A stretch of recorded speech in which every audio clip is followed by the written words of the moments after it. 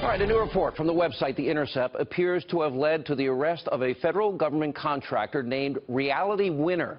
Now, when making the announcement yesterday, the Department of Justice did not specify what Winner is accused of leaking or which news outlet she allegedly leaked the information to, but the DOJ statement was released about an hour after The Intercept published its report. And according to the article, which cites a leaked NSA document, Russian intelligence, military intelligence, allegedly launched a cyber attack against a voting software supplier and sent phishing emails to over 100 election officials. Now, of course, some liberals hyperventilating in the destroyed Trump media, they are jumping on this and purposely mischaracterizing all of this. And you know what? They are once again lying to you, the American people. They are claiming it's a smoking gun that Russia changed actual vote tallies. Now, take a look, for example, at this headline from Newsweek. Who won the election? NSA report suggests Russia might have hacked voting system. Now, here's the problem. If you actually take the time and read the leaked NSA document, it does not draw any conclusions about the potential impact of so-called Russian interference on the outcome of the 2016 election. Even a columnist for Bloomberg is pointing out that the media is not telling you the truth about what is truly and really going on here. Now, the headline reads, "The leaked NSA report is being read backward." Now, in it, he makes great points, which we verified. And according to the Intercept's report, Russian hackers did target a voting software company that is called VR Systems. Now, what liberals and members of the Destroy Trump propaganda media will not tell you is that 7 of the 8 states that use VR systems, they include the following: California, Florida, Illinois, Indiana, New York, North Carolina, West Virginia, they use paper-based systems. And the 8th state, Virginia, is mostly paper-based. So if they hacked into this company, okay, it's all paper-based, so, well, that would not have made a difference in the outcome of the election. Wow, truth matters. And more importantly, in the key swing states, Pennsylvania, Michigan, Wisconsin, they don't use VR systems at all. So let's use logic and common sense. If Russia really was going to hack the elections through this system, wouldn't they have targeted the key swing states? Now, if that does not blow the Russia conspiracy theory completely out of the water that you're being fed today, well, there's also this.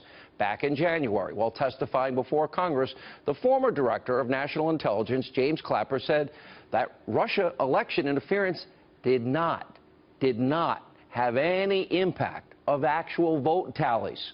Watch him. First, we cannot say they did not change any vote tallies or anything of that sort. Yeah, I'm just talking. We have no way of gauging the impact that certainly the intelligence community can't gauge the impact it had on choices the electorate made. Now, the former FBI director, James Comey, and the current director of the NSA, Admiral Mike Rogers, have also said the same thing. Now, on top of that, we also have the former director of national intelligence, Clapper, and several prominent Democrats admitting, we have played this before, no smoking gun that they have seen, no evidence whatsoever, in spite of thousands of hours of black helicopter, tinfoil hat conspiracy coverage of Russia collusion. Watch the Democrats and the security intelligence agencies tell you directly. Have you seen anything that suggests any collusion between the Russians and the Trump campaign? Well, there's an awful lot of smoke there, let's put it that way. People that might have said they were involved, to what extent they were involved, to what extent the president might have known about these people or whatever. There's nothing there from that standpoint that we have seen directly linking our president to any of that. The last time we spoke, Senator, I asked you if you had actually seen evidence of collusion between the Trump campaign and the Russians, and you said to me, and I'm quoting you now, you said, not at this time. Has anything changed since we spoke last? Well, no, it hasn't. I know we need to go soon, but just to be clear, there has been no actual evidence yet. No, it has not been. Okay. No, it has not been. At the time I left, I did not see any smoking gun certitude evidence of Collusion? Is there any evidence of collusion that you have seen yet? Is there? Listen, there is a lot of smoke. We have no smoking gun at this point. Now that we've once again, I don't think anyone else in the media does this, we have shot down these pathetic attempts to smear President Trump. I want to now ask some very serious questions about this alleged leaker. Okay, why did this 25-year-old that's named Reality Winner ever have access to this kind of information in the first place? Now, according to reports about her social media posts, well, okay, she's very political, a huge Bernie Sanders supporter who hates the President Donald Trump. She also reportedly tweeted that, quote, being white is terrorism. And she also allegedly vowed to stand with the Iranians. And what's even more shocking is that the NSA, well, they may overlook certain red flags in favor of people who have, well, okay, particular skills like Reality Winner. And according to a report, she was apparently fluent in languages that are spoken in Iran and Afghanistan.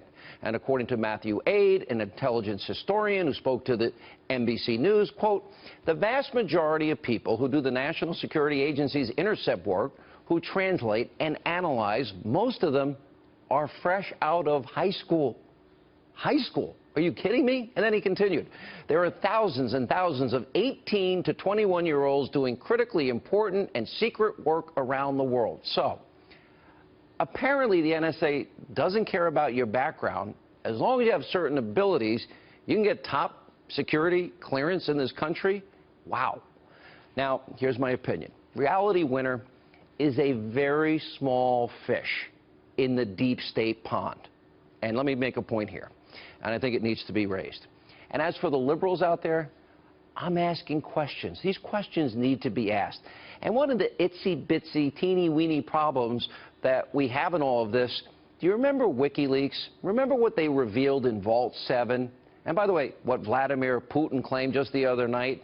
According to information that WikiLeaks released about the CIA and the tactics they used, they did this back in March, the spy agency has a database of malware that was created by other countries. In other words, they can disguise their own hacking attempts and make it look like a foreign country and foreign actor carried it out, put their fingerprints on their own attack. That's something we've got to think about. And in an interview over the weekend with NBC, well, the Russian president, Vladimir Putin, he actually said the same thing. Take a look at this. I haven't seen even once any direct proof of Russian interference in the presidential election in the United States. What could be easier in this day and age than using all the technical means at the disposal of the intelligence services and using those means to organize some attacks and then pointing the finger at Russia? We don't care who's the head of the United States. We know more or less what is going to happen. And so in this regard, even if we wanted to, it wouldn't make sense for us to interfere. Now, do I trust Vladimir Putin? No, nobody does. Former KGB guy. But here's the important part. WikiLeaks has been saying the same thing. Now, WikiLeaks, like them or not, they have not been proven wrong once, not one time in 11 years. So, could it be possible, and we don't have all the information at this point, it'll include a deeper dive on our part and the parts of others, but I want to be very clear here. I would argue, and this is important, 99.9% of those that do work in our intelligence community, I believe, are good people. They're patriotic Americans. They're brave. They work to keep us safe in a very evil, dark, and dangerous world. They have nothing to do with any of this deep state stuff. But the big problem we have in this country is this. We have deep state, selective leaking that is designed by some in power that clearly want to hurt, and I would argue even take down the President of the United States and overturn the election that you voted for last November. You have these Obama holdovers. You have, for example, if this young woman is a minnow, then you have the deep state sharks at the top of the food chain that would be orchestrating this sabotage and misuse of our intelligence community. We need to find out who they are. They need to go and be removed because they're hurting the country and they're purposely advancing their own political agenda and weaponizing the use of intelligence that only should be used for our security. Now, also tonight, ABC News is reporting that James Comey, is testifying Thursday before Congress, will, quote, stop short of saying that President Trump obstructed justice. By the way, that's a smart move for the former FBI director because, as we've been telling you, he was never going to say that. You want to know why? Take a look at the side of your screen. As my friend, colleague Greg Jarrett pointed out, if Comey thought Trump did anything wrong back in January, oh yeah, he would have broken those two laws because he had a legal obligation to come forward and tell people. And by the way, on May 3rd, well, James Comey also said it never happened. So he'd be contradicting himself. Also, earlier today, President Trump wished Comey good luck on Thursday.